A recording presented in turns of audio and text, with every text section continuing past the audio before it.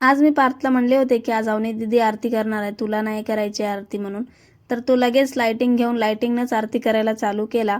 आता त्याचं तर चालूच राहील म्हणलं. मस्त असं रांगोळी वगैरे टाकून घेतली, कारण संध्याकाळची आरती करायची बाकी होती. तर आरती करता वेळेस छान असं रांगोळी वगैरे असली की मला खूप छान वाटतं. आता रांगोळी टाकून झाली होती. त्यानंतर इथं देवासाठी निवेद बनवायचं होतं. आता निवेदामध्ये आज शिराच बनवून घेतला मी.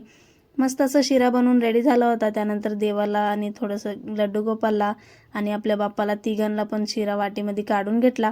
आता शिरा काढून झाल्यानंतर बारी होती आरती करण्याची. आज अवनीच आरती करणार होती.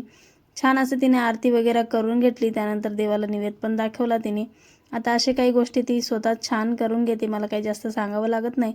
त्यानंतर आता मला संध्याकाळच्या जेवणामध्ये मी आज खोटबोळे बनवणार होते. आता याला कोणी खोटबोळे म्हणतं आणि कोणी शेंगोळ्या म्हणतं. तुमच्याकडेला काय म्हणतात मला नक्की कमेंट करून सांगा. आता यासाठी मी 3 पिठं वापरले आहेत, गव्हाचं, ज्वारीचं आणि आपलं काय बेसन ते. त्यानंतर त्यामध्ये थोडंसं ओवा आणि थोडंसं हिरवी मिरची आणि मीठ टाकून त्याला छान चुरून घेतलं.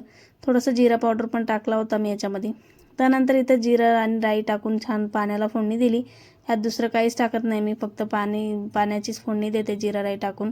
त्यानंतर इथं तिघं बसून आम्ही खोटबोळे बनवत होता, कारण ह्याला खूप वेळ लागतो आणि उशीर झाला होता म्हणून पटापट तिघांनी बसून बनवून घेतलं. त्यानंतर असे काही बनवून झाले होते बघा माझे खोटबोळे. तुम्हाला कसे वाटले नक्की कमेंट करून सांगा. आवडला असलं तर व्हिडिओ लाईक शेअर सबस्क्राईब करायला विसरू नका. Thank you so much for watching my video. चलो बाय.